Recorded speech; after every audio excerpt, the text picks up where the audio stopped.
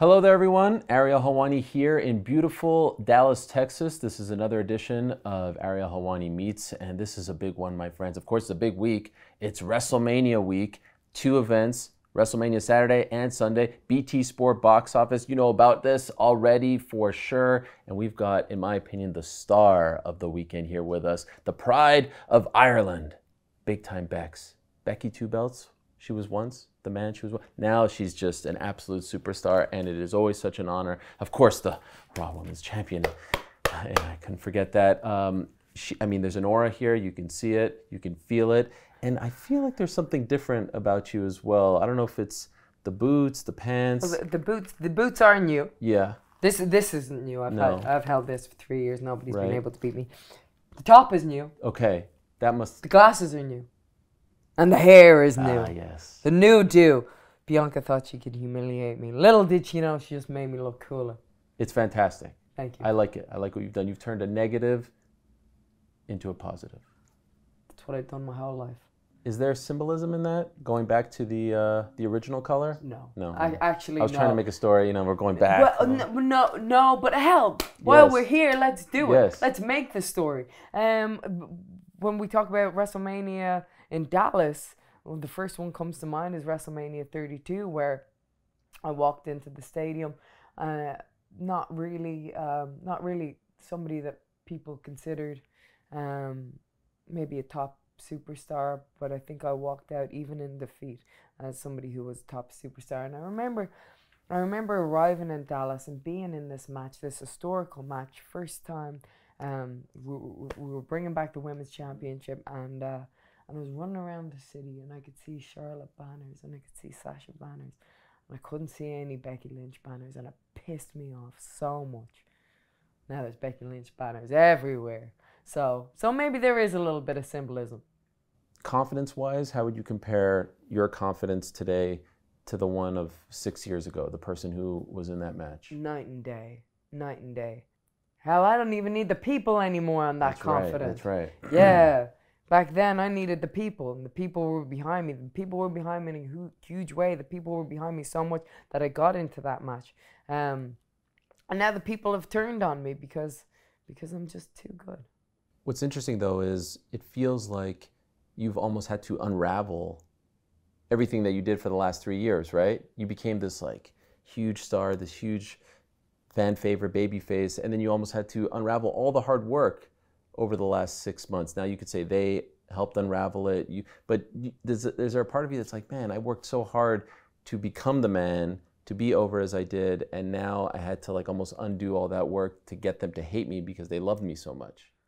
Undo the work? No, I feel like it's just another level of the work, that you get good at one area of this business, and then it's time to conquer the other area of this business. I want to be great at all of it. Mm. Which do you like better? I'm having a lot of fun right now. You are? I'm having a lot of fun. I get to be creative and do different stuff and not care what people think, not care if people like me, not care if people disagree with what I'm saying. There's so much freedom in that. If the reaction to the victory in SummerSlam wasn't what it was, right? It was, quite negative in the sense that the fans were very upset. Do you think you end up against Bianca at WrestleMania, or did they kind of help dictate this? If they were positive? If they were like, yeah, that was great. We loved that squash match. Yeah. Possibly not. No. But we got the outrage. And you wanted the outrage. Of course I wanted the outrage. You weren't taken aback by it. Well, no. So, okay. No. You didn't feel like they, here they are 2 weeks prior, Charlotte's in the ring, they're chanting your name, right? Yeah. They want you back, they miss you. Back. And then you come back. And then I come back. And they're mad. They're mad I was too good. Do you feel like there's too much these days of a look behind the curtain? There often Kayfabe, is. if you will, that we don't respect enough the art and what you guys do and show the public is shown too much of the other stuff.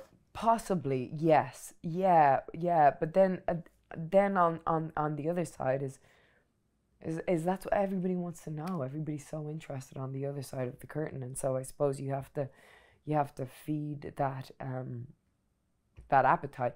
But then the thing is people can feel like they know too much, and you can lose several things, whether it be mystique.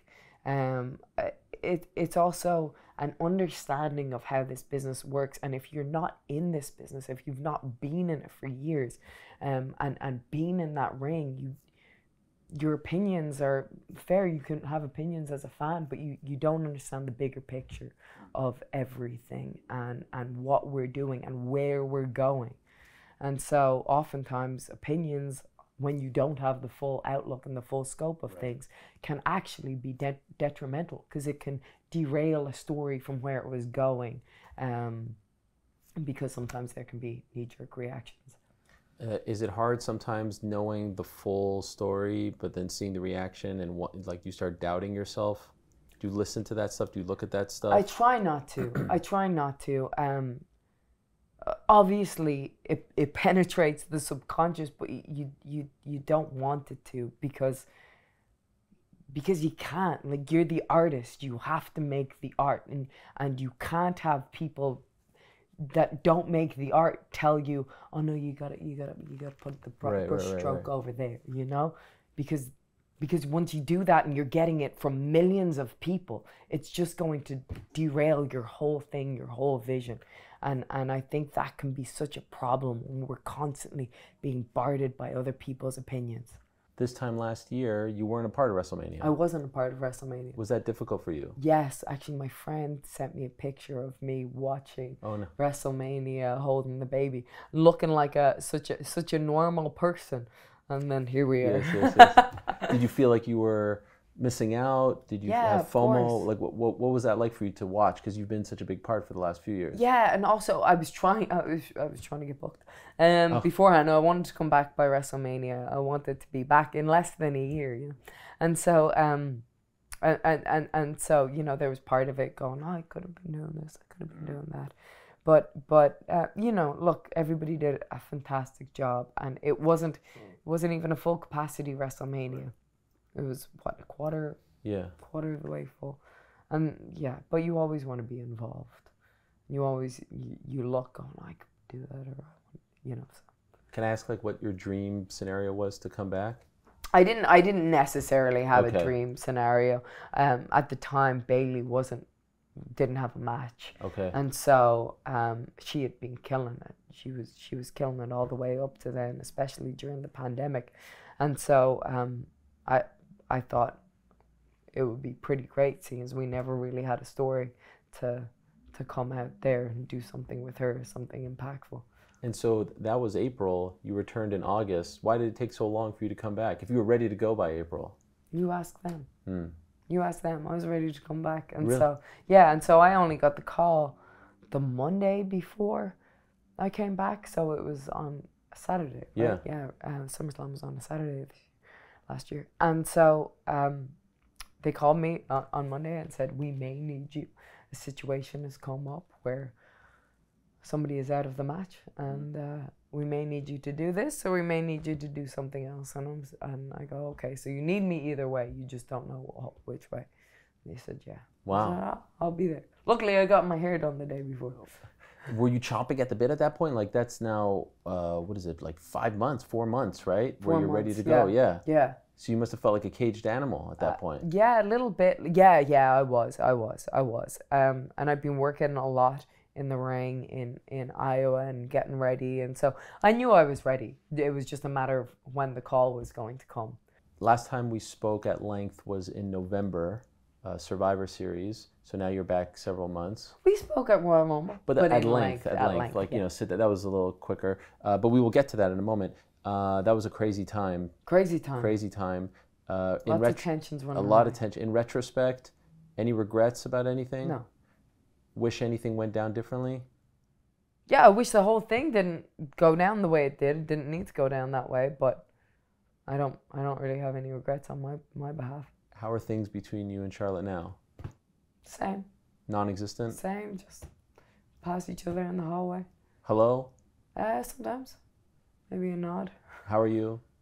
No? No, not really. No. No. But you can be in the same spot. Yeah, we have to do live events. Sure. Often 2 days a week, and so one has to be able to coexist. We haven't had to work together though. Right. But it's not like you have to be in separate rooms. You can't see each other, can't look at each other. No. But I also have the bus, which, I spend a lot of time getting ready there. And Okay. yeah.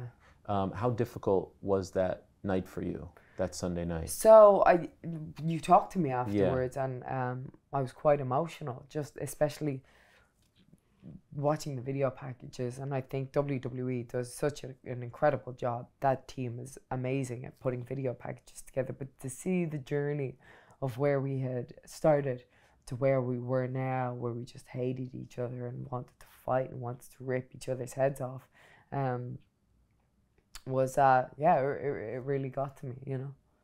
Was it hard to actually put that aside in the match, not be too emotional? Because you're seeing that, right? And then you have to go out there and compete. Yeah, it brought tears to my eyes right before I was going to go out. Wow. Which is... Has that ever happened before? No, never. Was it difficult to put that aside? I mean, it was intense, but like internally, when you're that emotional to compete, I would imagine tough. I think it fueled it. Okay. I think as well. I think anytime anything is emotionally charged in a business where you are selling emotion, I don't think it's ever a bad thing. Okay. Right? And so I think you always have to take that emotion and just put it out and give that energy to the audience so that they can take that and have an emotional experience themselves. Any words exchanged afterwards? Thank you. That's it? How do you feel about her father now? I suppose this is the same as I did then. Did it make it too personal? Did I? No, he did. Unnecessary? I just feel like he's simmered back a little bit now. But he was just coming at me for any freaking reason for a while there, and then I called him out on it, and it seemed to have stopped. So it seems to have stopped. Okay, good. I was actually listening to an old interview with her from back in August. She was actually quite complimentary of you, saying how like she always wondered could she have a family and compete and be at the top, and you gave her the inspiration. You let her know by doing what you're doing that it's okay. I'm wondering, like listening to that, and this was before obviously Survivor Series, did she ever express that to you? No, but hell yeah, that's great, and that's kind of what I want to prove to the world, is that it's possible in this business that you can have both. Obviously, again, we are in a very privileged position, where there's two of us, we have a bus, and we can make things happen. But to show people that it doesn't have to be one way or the other, that you don't have to choose between your dreams or being having a family.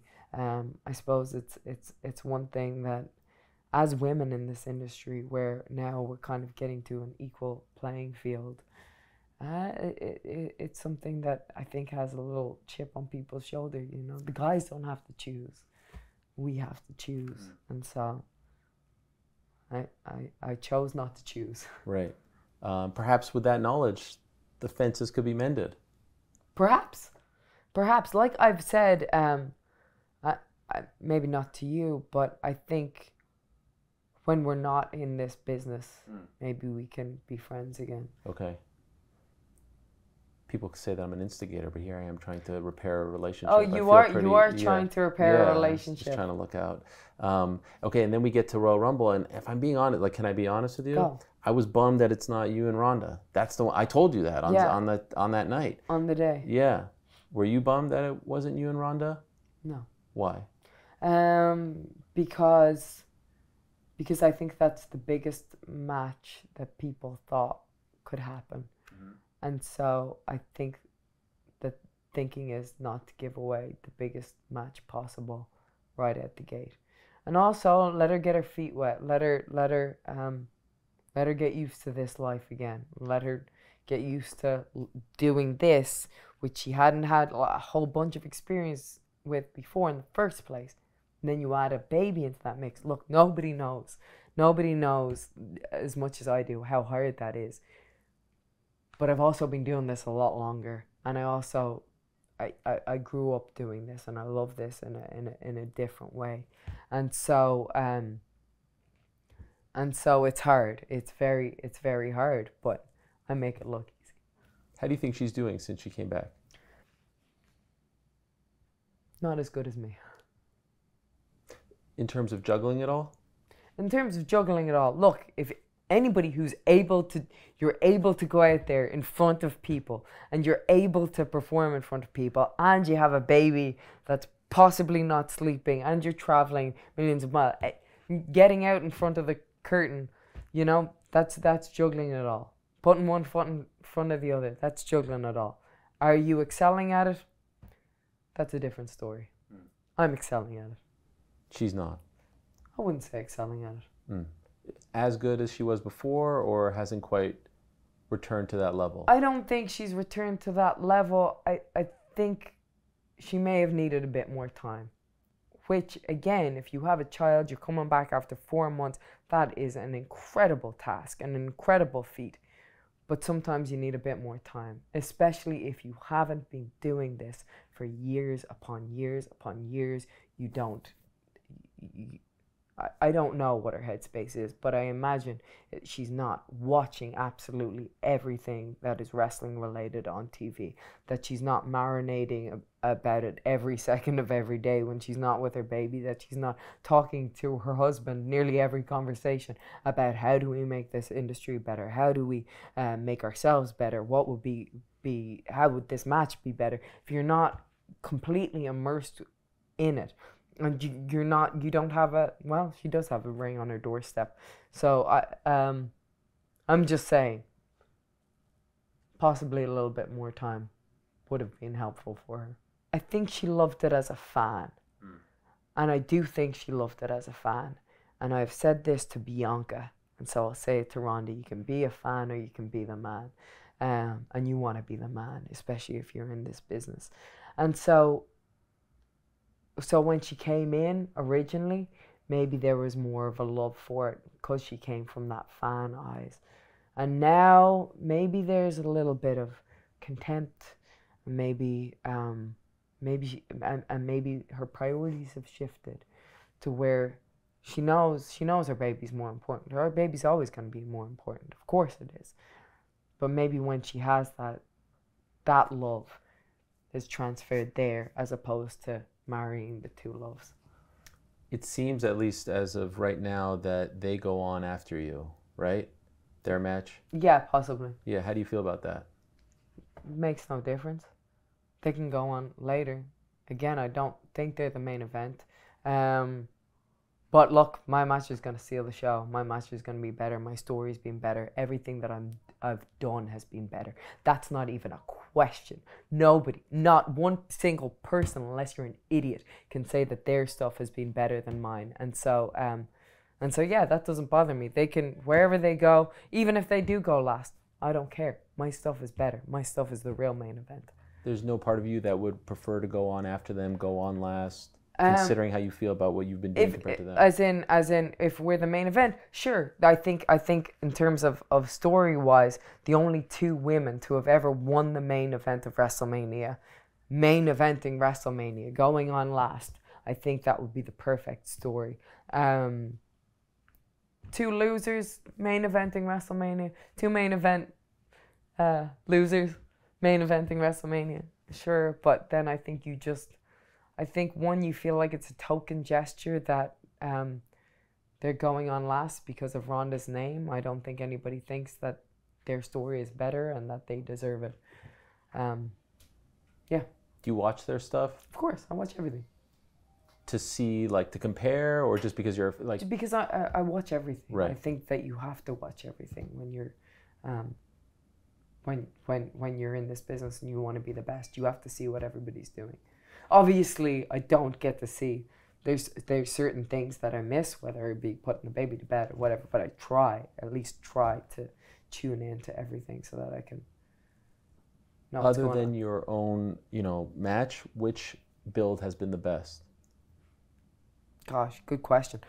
I've really, really liked Sami Zayn and Johnny Knoxville. Yes, it is fun. Yeah, that's possibly been one of my favorite builds. And because when you talk about telling a story through social media, Sami and Johnny Knoxville, to their credit, have done that perfectly. Yes. Your husband has been involved in an interesting Yes, one. yeah. How do you feel about... And so, who, by the way, without an opponent, actually on TV, himself and Kevin Owens have done an incredible job. Yeah. An absolutely incredible job. The character that we see on television from Seth Rollins, Seth freaking Rollins, how close is it to the one who's, you know, living at home with you?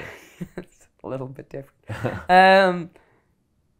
Though he is just an immensely entertaining human being. His stuff right now is incredible. Yeah, incredible. Maybe the best? Oh, absolutely. Okay. I think it's incredible. I think he is phenomenal, the stuff he's doing. I think especially when I think of Colby Lopez versus Seth Rollins, like I said, he's just an immensely entertaining human being, immensely charismatic human being, intelligent, and of course he'd be able to take that and apply that to this character. But watching him is so fun. So fun. He's just so good at every single aspect of it. Every single aspect. He did one subtle thing that I want to tell you about in a moment. Before I get to that, that night in Brooklyn after Survivor Series when he was attacked, where were you when that happened? I was backstage. And what was your reaction?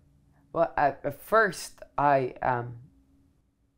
was like, wait, was somebody supposed to go out and tackle him? And I was like, that's not any of our boys. And then the fact that they didn't go back to it, then I knew something was wrong. And so then I ran out to the curtain to see what was going on. Were you worried? But of course. Yeah. Of course. Yeah, that's not supposed to happen. Right. Fans are not supposed to attack the entertainers, and also you don't know what anybody has on them. You know, that could have been incredibly dangerous and could have been way worse. And especially when you're in the mode, you're focused, you don't expect somebody to be charging at you a million miles an hour, especially a little butterball, and then and tackling you to the ground. And so but I thought he handled it perfectly. You know, he got him down. He was able to break his fall pretty well. Got him into a little, it seemed like. got him into a little chokehold. I don't think he's ever done jiu-jitsu in his life, but maybe he has a flair for it. He's great at everything else. And shout out to King Troy. Yes, right? yes. I mean, came to his defense like it was his child. Yes. Amazing scene that was. Who styles you and Seth and many others, right? Yep. That was an amazing piece of footage. But what I loved so much was he comes back out later that night and makes light of it. He did the whole like looking around and laugh. I was like, that was such a perfect, subtle thing that he did. And I would imagine he was maybe a little shaken up backstage, but it seemed like it didn't affect him. No, he wasn't shaken up? He was, but I think anybody else would be a lot more shaken up. No, he was kind of, he brushed it off and made light of it immediately as he came back. Yeah. I think actually now when I'm saying like maybe he was, I think I was. Right, I think that was the thing. I was shaken up about it, and he brushed it off and handled it like professional. Something like that for you, like the next few shows, are you thinking about something like that? Is your head on a swivel, or did you forget about it? I mean, look, we do have great security, and so then I think when things like that happen, I think everybody's awareness pops up an extra level or two, and so no, I think you can't. You start worrying about stuff like that, then you're gonna worry about everything. Frickin' the WrestleMania sign went on fire during my match at Royal Rumble, and so if you think everything's gonna start on fire, then you're not gonna be able to focus on your job. That annoyed you, right? Oh, it pissed me way off. Right. Way off. Because the attention was away. Because the attention went with the sign. Did you notice that? Yes. You could tell what was happening. Of course. I don't know. You got to listen to the audience. You got to know what's going on. That's how you become a great performer. And so it was early in the match, and I thought it was going great. And then I noticed everybody's attention is just all over the place, and people are turning away, and they're looking up, and they're looking off at something. And I'm going, is that a celebrity over there? What's going on? What's everybody looking at? And I had her in a hold, and then I heard them going, "You're on fire," and I'm like, "Well, of course I'm on fire. I'm fantastic." And then I noticed that a fire extinguisher came out, and they started spraying it up, and I was like, "You're on fire." Yes, yeah. But it all worked out. Everything was, everyone was safe. The following month, you got a chance to go up against Lita. Lita. Yes. Amazing. Yeah. She's one of the reasons that I got into this business. I remember seeing her for the first time when I must have been 13, and she came on the TV, and she was spunky, and she was wearing her all red stuff, and she was with S.A. Rios, and she was moonsaulting and doing top rope hurricanranas, and I was like, she is a badass. Wow, she's cool, man. She's spunky. I want to be like that. I want to be able to do that stuff. And still, at the time, of course, being a WWE superstar was never on my radar. No, I couldn't do that. That's mad. I'm a little freaking unathletic butterball. And so, but when I saw her do it, it opened a whole new world for me. So to be able to then, over 22 years later, be able to go toe to toe with her in the ring. Amazing. Did you like the match? I love the match. Yeah. Did you like the match? I did. I mean, yeah. I wanted your opinion, but I thought it was awesome. It felt like a dream match. It felt like one of those matches you do on like a video game, right? Because she wasn't really in the mix. She's from a different era, and actually recently you got to do a little something with Trish. Yes. Right. She was a little rude. She was very rude. Yeah, slapped you. Yeah. Gave you trouble at the. Gave me trouble at immigration. Showed up with the Bret Hart outfit. That should be like a pass. That's like a global entry pass. That's what I thought. Yeah. As a Canadian, I know this. Yeah. I thought it was very smart on your part. But she put in the word. And the officer's obviously impervious to my charm. Is that something that might happen in the future? Possibly. She wants to come at me again. The doors are open. I've been freaking giving everybody a platform lately. Right. Making stars, making names, putting stars away. Yeah, whoever wants a shot at the champ, because I still will be the champ after WrestleMania. That's the important thing. Is there one person left that you haven't competed against that would be at the top of the bucket list? Well, Trish is one. Yeah. Trish is one.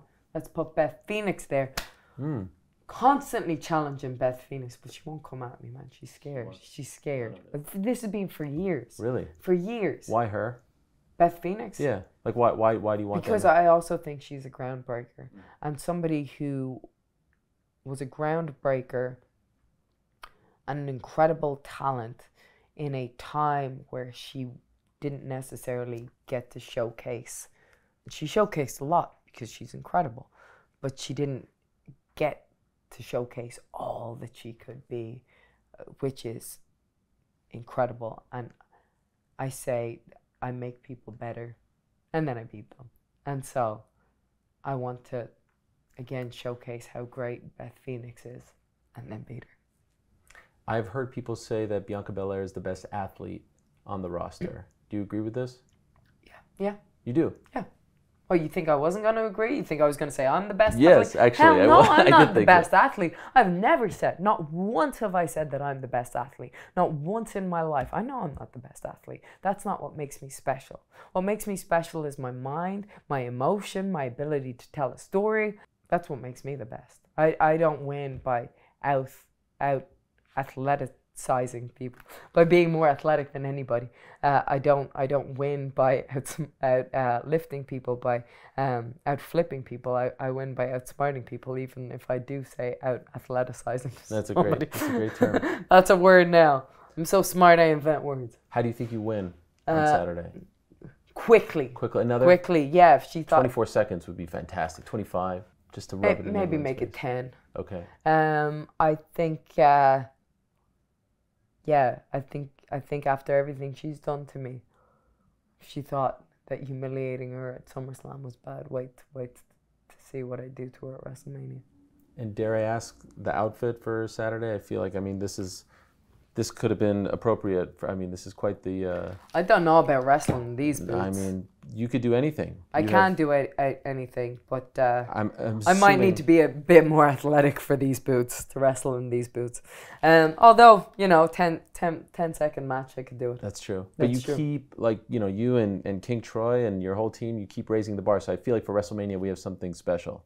You know, I have a great gear lady, and so I actually don't know what I'm wearing. You don't know? Yeah, it's going to be a surprise to me too. Wow. That is amazing. That's a lot of trust you have in that person. Yeah, she's really good. Okay. Yeah. Well, I can't wait. Me either. It's always a pleasure, always an honor. Congrats on all the great work you've been doing. Seth as well. Can't wait for Saturday, can't wait for Sunday. Becky Lynch, big time Bex. Becky 2 belts. At some point, maybe the man will come around. For now, she's in the rearview mirror. She's going up against Bianca Belair for that title. Saturday, BT Sport box office. Don't forget about Sunday as well. But, you know, this, let's be honest, is the people's main event. This is the one you're coming to see. Appreciate it very much. Good luck on Saturday. Thank you very much. Now let's go get some more cocktails. Yes, let's do that. Thank you.